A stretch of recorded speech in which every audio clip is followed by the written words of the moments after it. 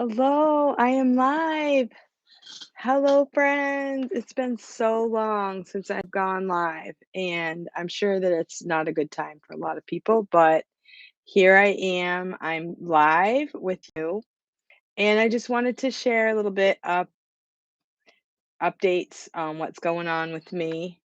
And I'm just checking my okay, checking my mic. I'm not sure what I chose for a mic today. And let me just check this so I can check my details. Settings. Okay, so I'm just checking my settings. And I just wanted to say hi. I hope that my friends are well. And thank you for the thumbs up already. I am just catching up and just wanted to say hello since I'm not on here much anymore. Live anyway. Um, it's been busy. Today was our first day back at school, and it was a good day. We have some kids that are still out traveling from their, family vacations over the, holiday. But so we're still kind of getting into it. And let me know if you can hear me. Can you hear me okay? Hi, Kathy. Oh, it's so good to see you. Kathy Kelly is a virtual teacher friend of mine, and she also works for Outschool. And my granddaughter took your class, Kelly or Kathy, and she loved it this over the Christmas break. She just loved it. So thank you so much. Okay, great. You can hear me. Excellent. I have my earbuds on because I was on a Zoom call a little bit ago. So I used them for that to kind of block out the outside noise. And I wanted to show you what I'm knitting. Okay, so this is what I'm knitting today. This is like I don't know, I call it a shoulder hugger. So I saw this lady at a meeting that I went to, and I loved it. She had this little shawl, and it wasn't really loose. This thing right here, this is kind of like a poncho sweater, and I really like this. Obviously, this was not homemade. This is what I wore to school today.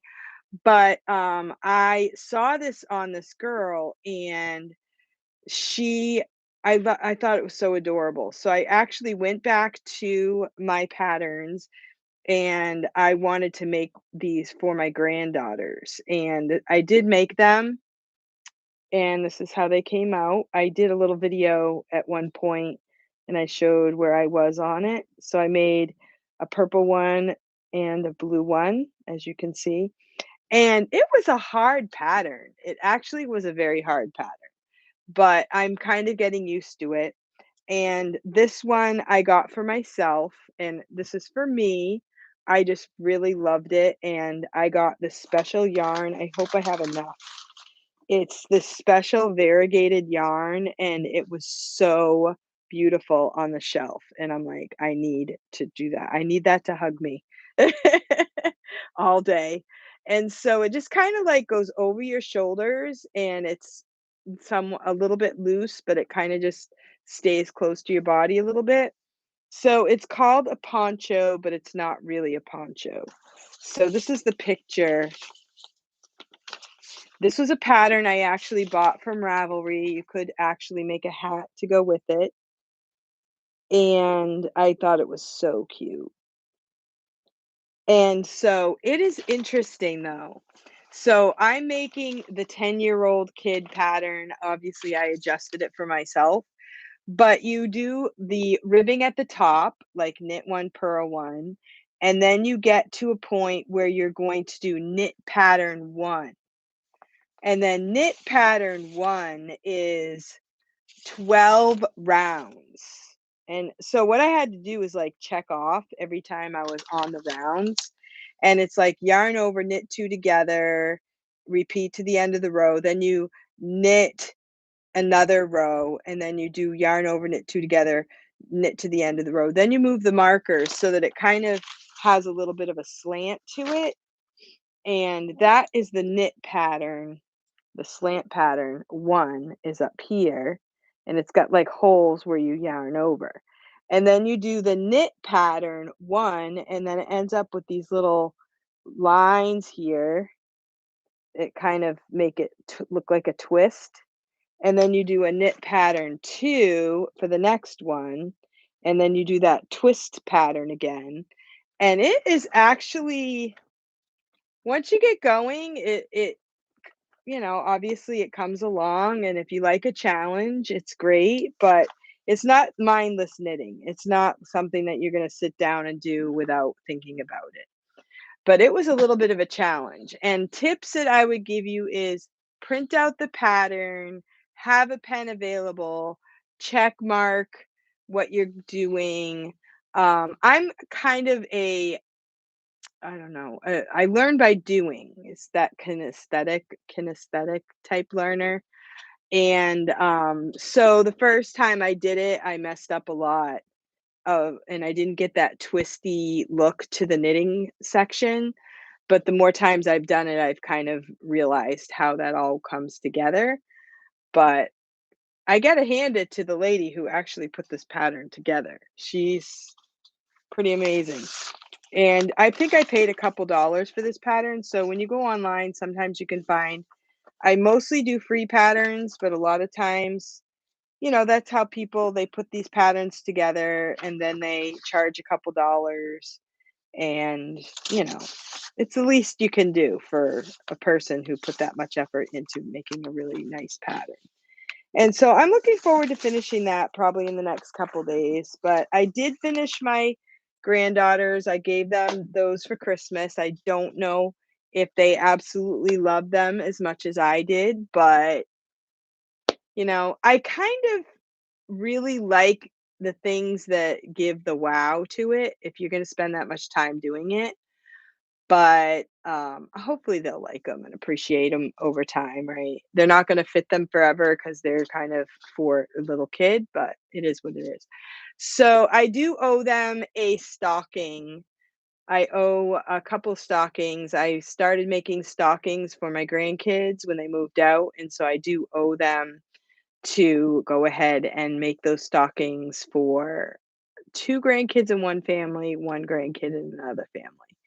So, but those are kind of complicated too. You have to follow a chart and you put their name in it and you follow a pattern. It's a little bit complicated. So it's not the kind of thing you can do watching TV and not thinking. You have to really focus on what row you're on and that kind of thing.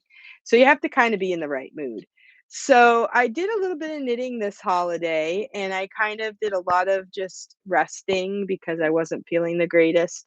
I went skiing at the beginning of this week, the Christmas break, took my kids skiing, and it was a gorgeous day. It was an amazing day. It was amazing. I just was like just just like enjoying every minute of it.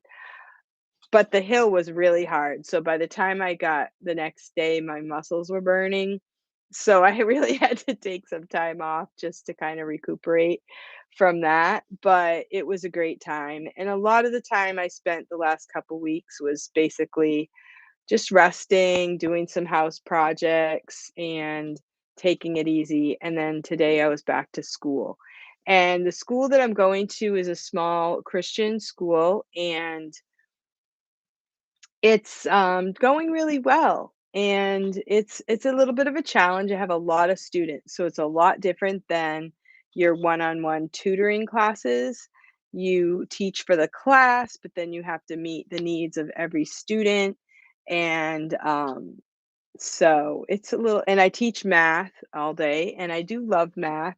I'm teaching, 6th grade math, 8th grade math, a pre-algebra class, geometry, and I'm teaching like a basic math class for another group of students, and 5th grade math. So lots of math, and I'm actually wanted to come on here because I wanted to share how I'm using the my YouTube channel as well, not publicly, but I am making private videos for some of my students. And this is a great resource once we learn how to use the video feature of our computer and the teaching process, and I'm going to school and I'm in person, but sometimes there are things that kids need to reinforce.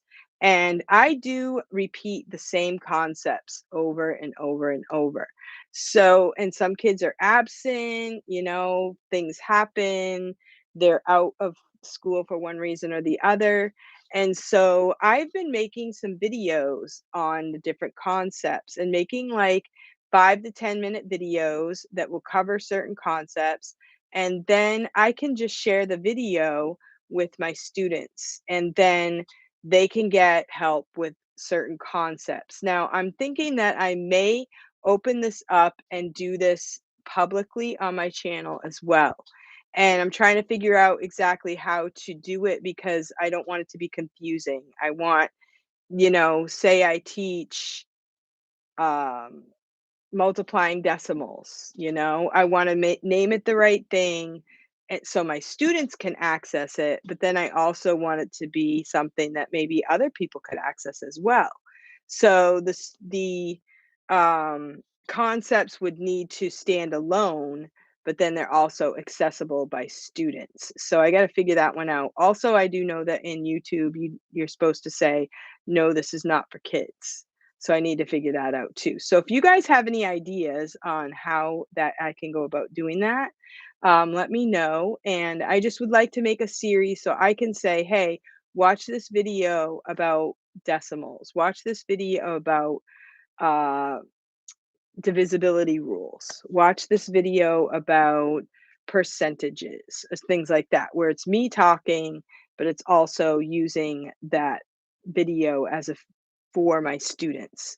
And I guess I would have to do it like, that they can't comment on it if it's for kids, right? You have to say this is made for kids, and then that means nobody can comment on those videos. But I do have some that I'm working on that are already private, and they go along with the book that I'm using. And I feel like I really can't make those public because I don't really have the copyright rights to that book to make this a public video and series type of thing. But if I just do generic math skills, then that would not be copyrighted.